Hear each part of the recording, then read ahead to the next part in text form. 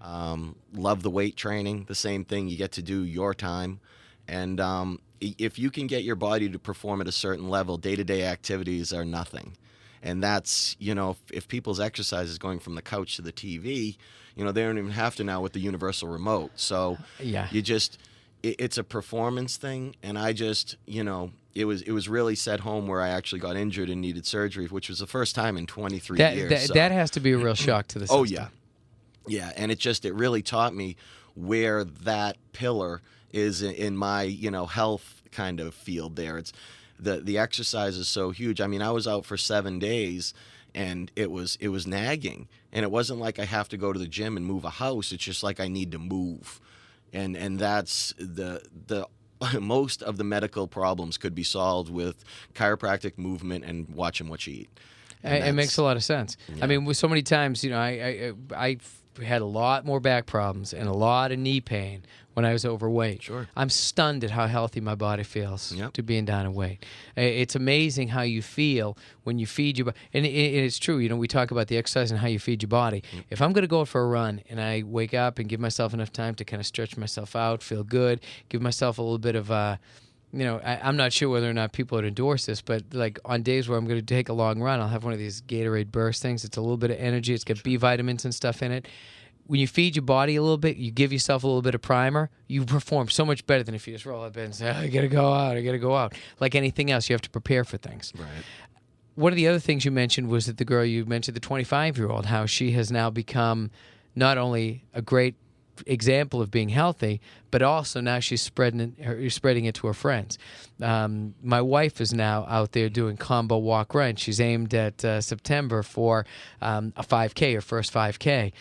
Kennedy from our morning show, she was not a runner at all. She's had a lot of good influence in her life, and now she's doing that. I ran her first 5K. I was lucky enough to run that first 5K with her. It's amazing to see someone get empowered and see what it does to them, the changes. Positivity really is something that makes a huge impact. The passion you feel. It's my big push is that exactly, is people seeing that happen. You get to be part of the dream every time it happens for somebody else. That's my selfish part of it. I love that. It's amazing seeing somebody that comes in. They're on 5 different types of medications that, are just, the medications are there to help, but really what they're doing is masking what the body is screaming, telling you what to do. It's the blood pressure, the cholesterol, so forth. And when in their eyes, when I say we lose 20 pounds, which is no big deal for us, you'll be off all of those. And we co-manage with their primary care, and they're stunned that these 20 pounds have kept them. Drugs are drugs. It is what it is. Some of them are very useful for certain things. They have nothing to do with wellness. There isn't anything to do with wellness on that part. A lot of them, for a stint where it's danger, but they're telling it people are on these types of medications for life. How many people are on medications that are unnecessary? And I can talk from example. When I first got into radio, I had a few panic attacks. Someone gave me some medication for panic attacks. Then one day I realized I was at work, didn't have it. But I had learned self-hypnosis. Nice. Of just deep breathing. And I realized, I don't need that. What am I doing to myself? Right. I've created an artificial crutch for myself. Absolutely. Is this something people should be concerned with? I don't know why. It seems like everybody's on a campaign for anti-drug, except when it comes from their primary care. And then they take it as gospel. Oh, absolutely. And it makes for quite an odd paradigm because the medical doctors are in it for the right reasons. They are helping with the tools that they're given. And they're starting to be more informed, and that's why I build my network of MDs, because they know that most of the people go in for weight loss and they go, well, eat half as much and exercise twice as much. Well, if that worked, we wouldn't be in the problem we are in the U.S. So they need a little bit more than that, which a lot of my referring medical doctors are realizing, and so they're getting a lot of people to me.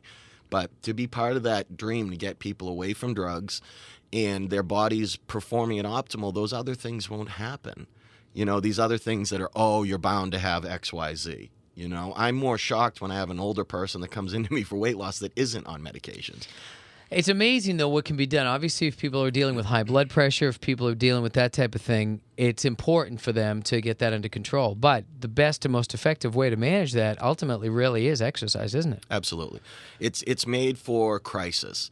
That's what medications are there for, not for full-time use. And that's the major push that I really want people to understand. They don't have to hold their head down if all of a sudden they're on 4 medications, but we get the lifestyle changes and things, and if they go, it's better than having them around. And again, we're on New England Lifestyles here on Mix 104.1. Dr. Jonathan Yalowchuk is here. He's with the DeviCenter, which is into chiropractic, weight loss, wellness. They were located in Weymouth. DeviCenter.com. There's a hyphen in between Devi and Center, and Devi is D-E-V-I. Let's talk a little bit about passion for a minute, because I had a conversation with you recently about this.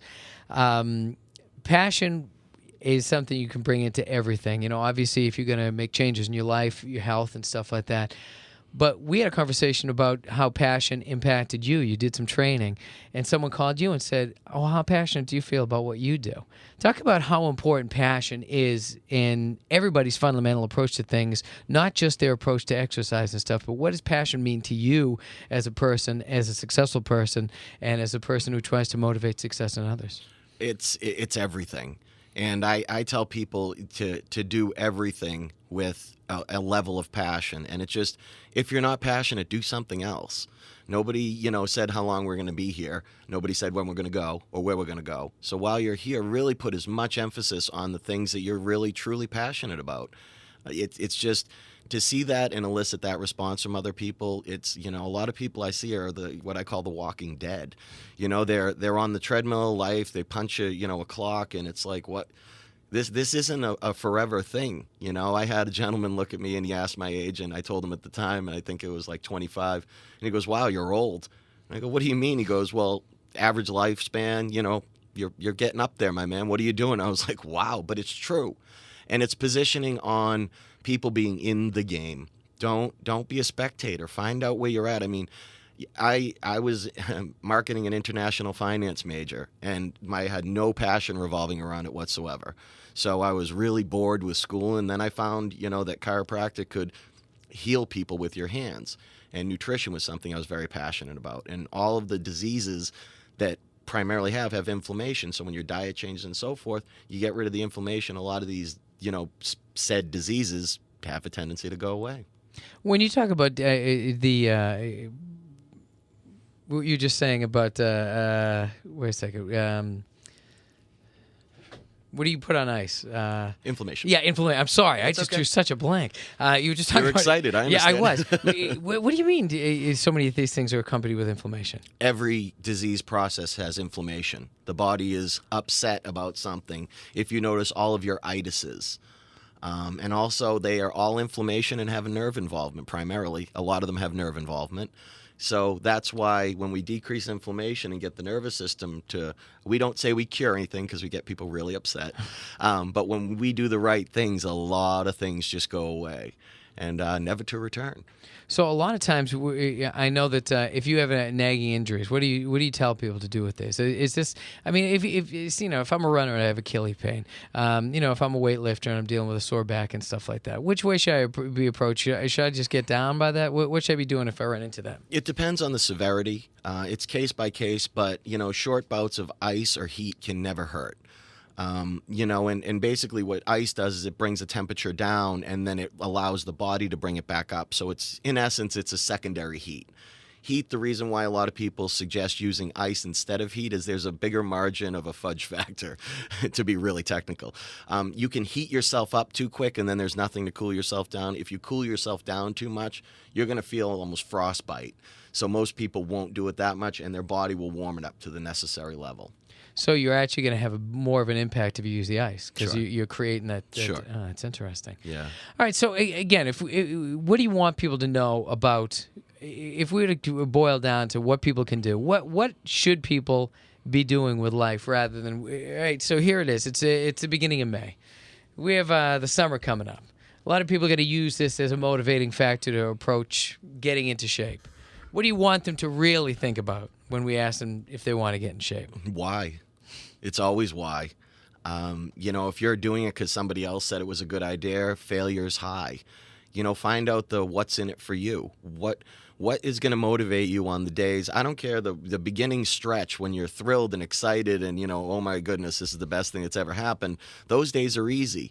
Figure out your protocol on what's going to get you to where you need to go, on the bad days.